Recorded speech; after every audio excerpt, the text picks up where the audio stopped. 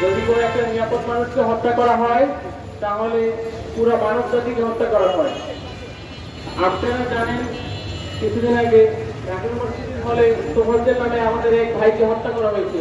আমরা এর তীব্র নিন্দা এবং প্রতিবাদ জানাচ্ছি। এই হত্যার দায় ইউনিভার্সিটির ভিসি এবং হলের প্রক্টর কোনোভাবেই এই দায় এড়াতে পারে না। আমরা ইউনিভার্সিটির ভিসি এবং প্রক্টরকে অবিলম্বে শাস্তির আওতায় এনে বিচার করা হোক।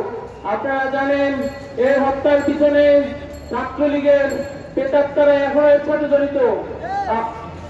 আপনারা জানেন ছাত্রলীগের প্রেতাত্মা এই সরকারের উপর হয়তো ভর করতে পারে, তাহলে তা না হলে ইউনিভার্সিটির যে প্রক্টর উনি কিভাবে দফায় দফায় হত্যা করা, দফায় দফায় যে মারা হয়, তাকে যে বিডিং করা হয়, এই সুযোগ তারা কিভাবে পায়? আপনারা জানেন তোফাজ্জল একজন মানসিক ভারসাম্যহীন রোগী। তাকে যদি চোর সন্দেহ ধরা হয় তাকে প্রক্টরের সাহায্যে থানা হেফাজত করা যেতে পারত, কিন্তু তা না করে এই ছাত্রলীগ বর্তমান সরকারকে বিপদে ফেলানোর জন্য, আওয়ামী লীগের যে প্রেতাত্মারা আছে তাদেরকে বিপদে ফেলানোর জন্য বিভিন্ন ষড়যন্ত্র করতেছে।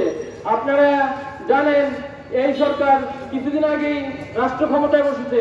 আপনারা জানেন এই সরকার কিছুদিন আগে রাষ্ট্র ক্ষমতায় বসেছে।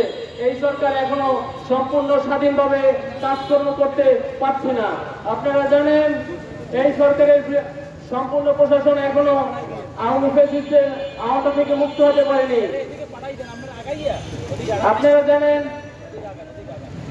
জানেন এই সরকার ফ্যাসিস্ট আওয়ামী লীগের হাত থেকে এখনো সম্পূর্ণ রক্ষা হতে পারে নাই।